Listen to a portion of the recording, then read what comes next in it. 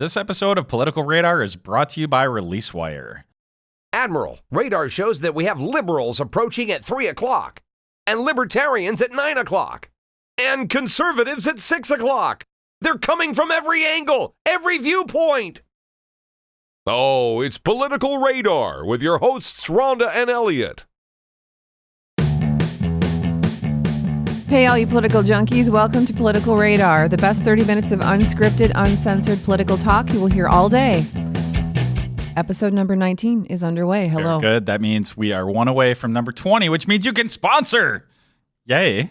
We need your money now. We're going to have to talk about that later because actually I get all of the money and you don't get any of the money. Don't tell anyone that. What? I thought guys get all the money. Yeah, I'm just here to make you look good. So, Not my family. Nice. Yeah, this will be our most controversial episode yet.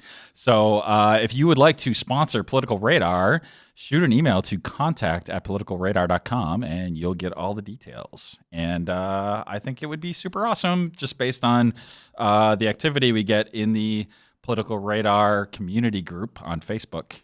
I think we have a lot of listeners. Just saying. So today we have... I always consider him my partner on my other podcast. So I feel like the limits of what we can talk about are non-existent. Other than the fact that this is your political show, we should probably center around politics. Yeah. So, I mean, I guess we can. So who's our guest today, Elliot? He goes by many names. I do? No, but he does a kick-ass impression that we're going to hear, I think, later. Hopefully. But we have Nick Wautier Hello. from Camera Corner Studios. That's me. Yeah. This is actually a really nice place. I'm pretty impressed with what they've done over here at Release Wire. Yeah. It's cool. It's good. I beat it to hell, as you can see, and they have to fix me. No, I mean, this is great. I mean, they're the lights and the mics, and I'm really impressed with what's over here. I'd like to have a green room. I think we could use a green room. They have a green screen. Well, I'd like a green room. Yeah. An entire room. Because then you can have all the, the discussion with the guests in the green room. I All suppose. the top secrets. See, that's what you got to do. You got these helpers over here. You should have them do your pre-interviews. So then when you're doing like those back-to-back days where you have like 6, 7, 8 guests coming in, they just hand you a sheet. Here you are, Miss Sitnickow. And these are the questions you ask. Like that's how Colbert and all those guys. That's how do it. actual Yeah, professionals totally. operate. So, okay, you know what? Before we jump into politics, I would actually like you to give us a critique. What are Of the show? Of the show, of your top 3 things we should do to improve. Well, let me just say, I mean, Rhonda's like the best podcast host in, Wisconsin. Wow. Yeah. Out of how many? 2. I mean, I've heard 2. So, Well, thank you for that. yeah, I listen to some shows, but not a lot of local. I mean, that's what I love so much about what you guys are doing, though, is having that local focus and local people. I can actually listen to the show and say, hey, I saw that guy at the farmer's market this weekend, and now he's on the podcast. And So I it's actually get to relatable. learn. It's making it relatable. Totally. That's totally cool, Okay, so I have a question about that. Okay. How do we balance the need to make money with keeping it local? Because I like that, but advertisers, I think, and I would love to be wrong about that, but I think they would prefer, if we had Scott Walker on. Absolutely. And I would still consider Scott Walker to be a local. I think he's, low-hanging fruit for you. That'd be a good opportunity. The thing is, the sponsors come with the provable following, right? Your listenership. So having the Facebook community you guys have is a great way of proving that there's people paying attention. If you wanted to do like a Twitter account or something to try and get likes and shares and retweets and whatever they call it in that world, that's another great opportunity. Your web stuff, so getting listener stats isn't a problem. Right. But when it comes to that sponsorship opportunity, you really need the audience first, and then you get your sponsors on board. Well, but the thing is, okay, so I think local advertisers, and I would love to be wrong about this, so if you're a local advertiser, tell me otherwise, but I think that they'll make the decision emotionally. So the numbers are sort of secondary. Yeah. If once we get into the numbers, I think the game is over, and we have to go for, I hate to even say like big fish, but like household names. as guests. Probably. I mean, and the other thing to take into consideration is, people will choose to support or not support based on your message. So the fact that you try to stay as neutral as you can on your topics, I mean, obviously everybody has an opinion and that's going to taint what they say, but allowing a fair and balanced coverage will allow more people to contribute and support what you're doing. I think as well as making sure we have guests that are coming from all walks of life versus just, let's balance the Republicans with the Democrats. Right. And I don't know, are there any other libertarians out there that would want to come on? There's like 2. Elliot? Yeah, there's like 2, and they're both in the group. And I don't think they want to be on.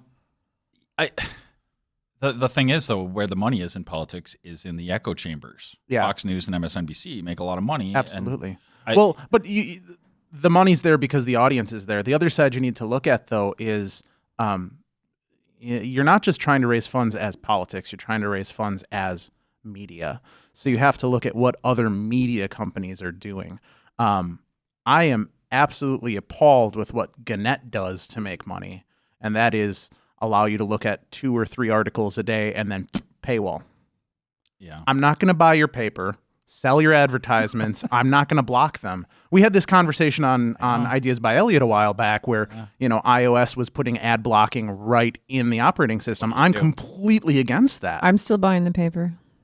See, and I buy the paper because they say, ooh, there's $200 worth of coupons. Yeah. Like, that's really, right. If I want to get news, it comes from Facebook, it comes from News Republic, it comes from, the water cooler, and then I do my research on the topics I'm interested in. And maybe that's why I feel like I'm not the greatest guest for Political Radar, because most of my news and current events is word of mouth, social media, and then independent research. I don't sit down and read page 1. You know what, though? I don't know that other than Rhonda, right? And I don't know, people that are older than us. Nobody does. I don't even like the way that sounded at all. Well, she's a lot older than I am. Excuse me? It doesn't show. Oh! See, there it is. How old are you? 27 and a half. Uh-huh. Yeah, that's not true. Not how old is your car? How old is you? Ooh, my car probably is that old. Yeah. Okay. So I didn't want to necessarily go off topic on that, but I never did start your clock, by the way. Oh. We still have 25 minutes. Well, you know what? That's okay. Because all that's going to get cut, right? All this. No. Well, I don't know. We'll see. I don't edit. I hear what you hear. I guess the part that is interesting to me from a political standpoint is I think that I'm not much different from you on like how I get my politics. You might think that I do all of this research. I mean, once in a while, but most of the time it's pushed to me from my friends on Facebook. Right. It's just, there's only so many hours in the day. But I don't watch I don't watch Fox News. I don't even have cable. Right. And I don't read the front page of the Press Gazette. I read what my friends who work at the Press Gazette post on Facebook. Right. So I do see most of it, but I see the headlines, and if I click through and I can't read the rest, well, then I don't know that that's my loss. So it's interesting to me only so much that I don't know how people get their news anymore. Yeah. And I'm a little worried that some people might get their news from our show. And some do. And I'm relieved. Because they're getting some good viewpoints. But on the other hand, I don't know. I don't know how we get people. Why would you be worried about that? Because we can only provide what we can provide. So we can't provide the kind of balance that I think. Why is balance the news? Why don't you just tell the story instead of creating the story? I think what's really nice about having the podcast is that we actually have a guest on that can give you more than, a soundbite. They can give you some backstory. They can give you some details that you can't get from a news story in a newspaper article. Well, and I see that all the time too, where, we're going to have a press conference and it's going to go 20 minutes and then that becomes a 10-second blurb on the intro. And you really, I understand that news networks or podcasts or any media can't give everything the full attention it deserves.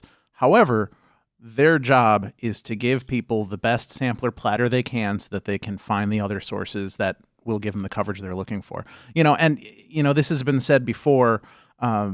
You can find any truth you want if you find you just keep looking hard enough. You'll find the source you're looking for. Right. So guilty. And I think that if we're looking at I hate to use the term new media because it's such an old term, right? But when you look at new media, God, that's a good soundbite. It's all self-driven. It's all about me satisfying myself. People talk about the Facebook algorithm. It's making what I want Facebook to be based off what I've told Facebook I want it to become. So really, conservatives will likely become more conservative. Liberals will likely become more liberal. And the centers are just going to get a wider experience of everybody.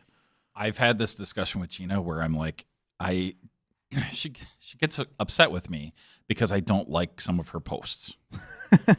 She's like, I put that on there. Why didn't you like it? And the reason is I live with her and I see the things that she takes pictures of her is doing for the most part anyway. And I want to get a wide variety. I'm explicitly not liking certain conservative things that are in my wheelhouse.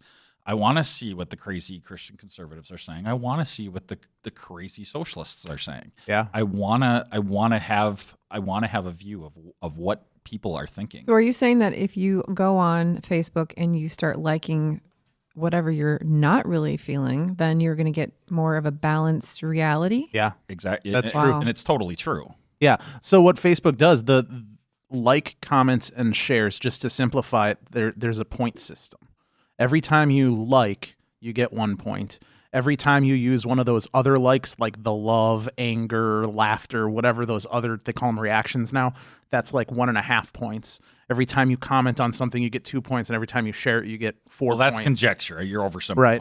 Yeah, I'm oversimplifying. Nobody but what else really Facebook does then is, they have their deep learning algorithms that can look at the content of what you clicked. Facebook right now knows I really like videos. So my feed is full of videos. Well, and they said we haven't been tilting people away from Donald Trump, although we could. They easily could. It's extremely easy because, even 10 years ago when I worked at a call center, we could look at an email and the computer had a sentiment analysis. How happy or angry is this person? And it was just like a number before you open the email. This email is a 6 angry and a 1 happy. Yep. And if computers can figure that out, and then they can see Donald Trump in the post. Oh, yeah. And we just made it easier by adding an angry button to Facebook. Oh, yeah. Right? I mean, that's all we did was we just made that whole algorithm and discovery process. So all it does is it makes a person who doesn't know about all of this feel like they're really being taken care of and it's personalized. Mm-hmm. That's sick. That's really sick. Well, but there's no other way to do it, really. Facebook doesn't want to editorialize. They want to provide what they think people want to see. Well, it go back to your advertiser discussion. Yeah. I want you to click as many buttons as you can on Facebook because every time you click something, I might serve you a new advertisement. Yeah. That's what it is. Yeah. I don't care about how much time you have one page open. I don't care about, how many people you liked or shared, but the more you use it, the more we make money. And that actually, this is another thing that I just kind of noticed. 5-10 years ago, Facebook was a huge place for games. I played a ton of Facebook games, stupid games actually like how Mafia I first got Wars, into it. right? I only opened a Facebook account because they opened it up to. Where did all that stuff developers. go? I don't get it anymore. No, because it wasn't a page refresh that loads a new ad. Yep. It wasn't beneficial to Facebook. Really, revenue I still stream. have tons of friends who ask me to play this game. I've never played one. I'm not interested. Never will be. Well, stop asking me to. And play. the games that are popular are like, and I don't know if it's still that popular, but like Candy Crush was huge because they had all these 99-cent add-ins that you could pay Facebook to buy your progress. Yeah. Yeah. Once that revenue stream became customer opt-in focus, now it makes sense. But if the customer's not going to opt in to pay us money, we have to send them in a different direction with their Facebook profile so we can show more ads. Right. And I'm not trying to be all conspiracy theory about this either. No, but they want to make more money. This really is how it works. And they're a public company, so they have a responsibility to their shareholders to show that they're maximizing. So was the profit. selfie, was that out there when the game started? No. I don't think so. The selfie? The selfie. That's taken over. Basically, selfie started the really game. when the front-facing camera became a big thing. Yeah. Original phones only had one camera. And Right. But I mean, my point is, was it as popular when you started with Facebook? You started because of games. So now the selfie's out there. Now it's all about me. Yeah. Look at me. Oh my God, I'm awesome. Well, all of us don't do that, Rhonda. I try to balance it.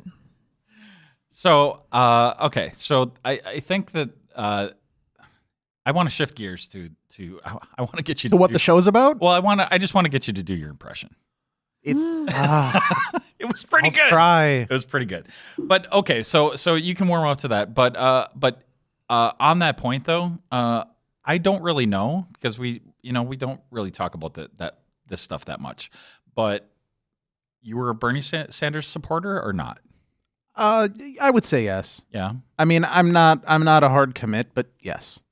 You're not Bernie or bust. No. I mean, I would kind of like to say not Trump, but I also really want to say not Hillary.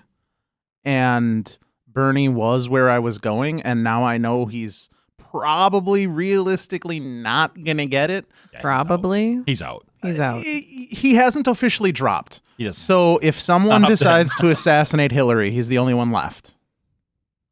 There's a possibility. I'm just saying. There's Unless a possibility. Patrick Moynihan has your fate. Or maybe or maybe something else happens with Hillary where she drops, like, I don't know, Bill gets, brought up about the whole airplane flights he was taking and whatnot. There's other things that could happen that would knock Hillary out of the candidacy, and I think it's a strong and smart move on Bernie's part not to concede at this point. So what I'm curious about is why? Because Bernie kind of came from nowhere. Yeah. So you said that you don't follow politics like to the level some that's people true. do, right? So what attracted you to that whole Sanders phenomenon? I think to sum it up in a word would be authenticity.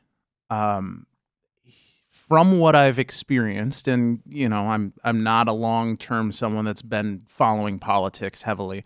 From what I've seen, he always does try to deliver on what he says. Now, granted, a lot of his ideas are out there, and free college for everyone probably isn't that realistic. I mean, maybe someday, but it's kind of hard to pay for free college for every person. And his socialized healthcare, like, I like the idea, I like the concept. I don't know how we're going to pay for that. Like, I would love to see healthcare be a right, but it's just not feasible right now. Would the government have to pay for me to go on the diet program I'm on where I see a doctor every week? Like, that's not fair for my neighbor to have to pay for me eating McDonald's for the last 12 years. There aren't necessarily every policy that I'm just eating out of his palm. I just feel that he's the kind of person that really does listen to the constituents and offer what he hears and then tries to follow through and not flip-flop a whole lot. But doesn't he actually have more power as a senator? Probably. But I think it's more about the, I don't know if this is the right word, but the ideology of the thought that a person who's not truly a Democrat and not a Republican has a chance. Like, we do need to break the two-party system, and it's been said for years. It's just, the two-party system is convenience. It's, It's Coke and Pepsi. It's McDonald's. Why didn't he run as an independent? I still don't understand. He wouldn't that. have gotten votes. Right. No one would know his name. Right. It's the same reason Ron Paul ran as a Republican. Or who's the is it Ron Johnson? Nope.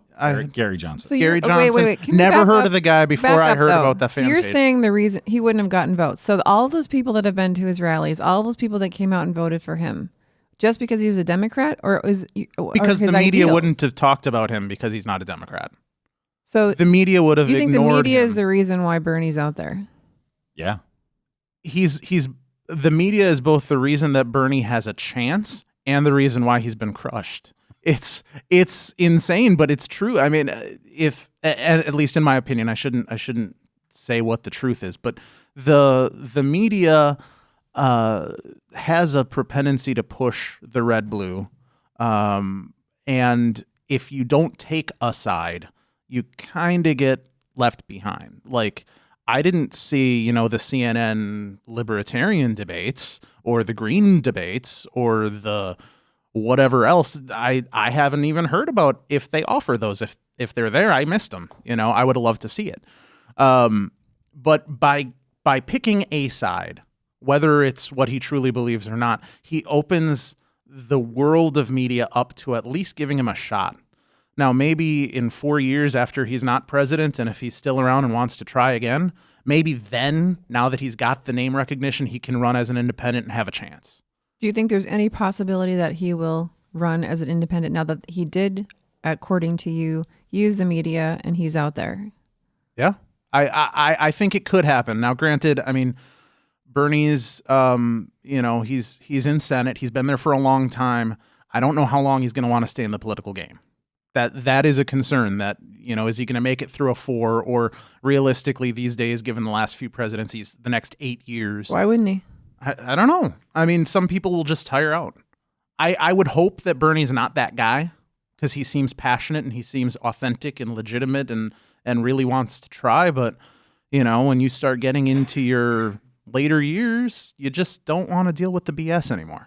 So how does this work, like, logistically? Can he just decide, you know what, fine, go ahead, Hillary, I'm going to run as an independent? Isn't it too late to do that?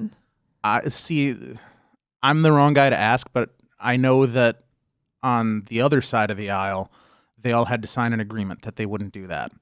I don't believe the Democrats did that. Well, nobody had to sign an agreement. But isn't Well, there, they made a big haboo about They did Trump make a big signing deal it, out of it. right? but isn't there literally it's too late to do that, to file? I Is think it? so. Yeah. I don't know. Oh, you mean to file to be on all the ballots? Realistically, yeah. Yeah. Okay.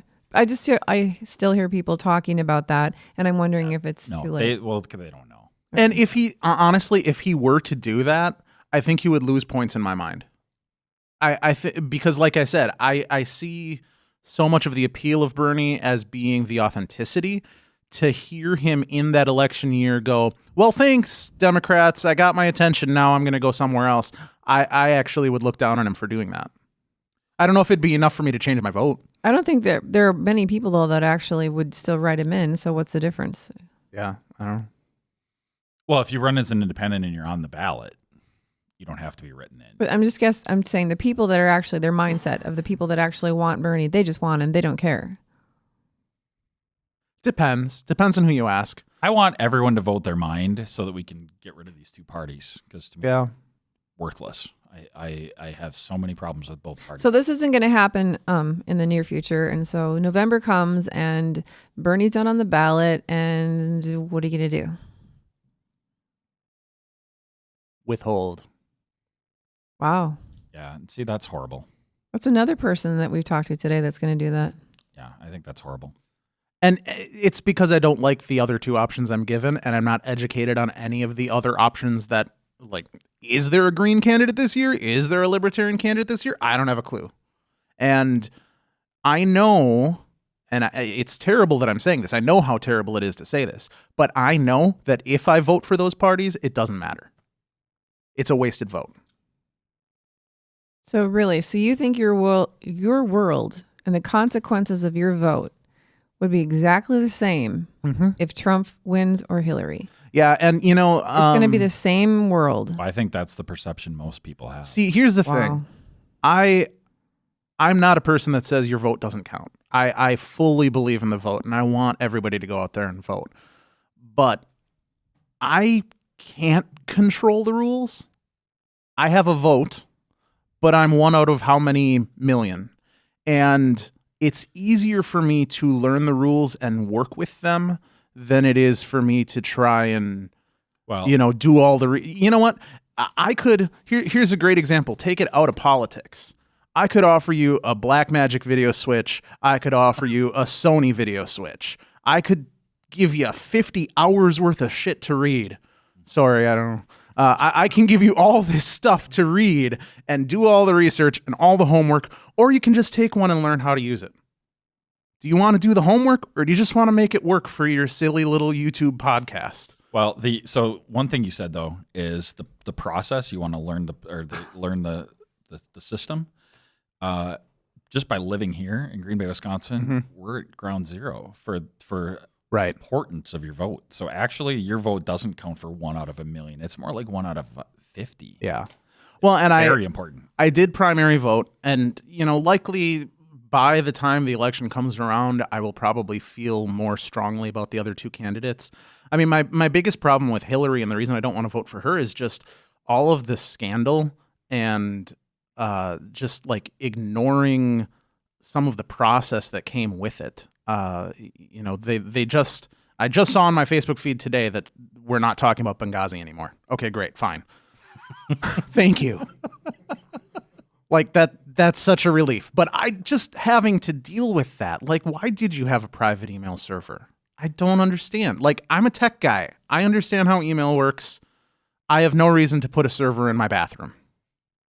I don't, whatever.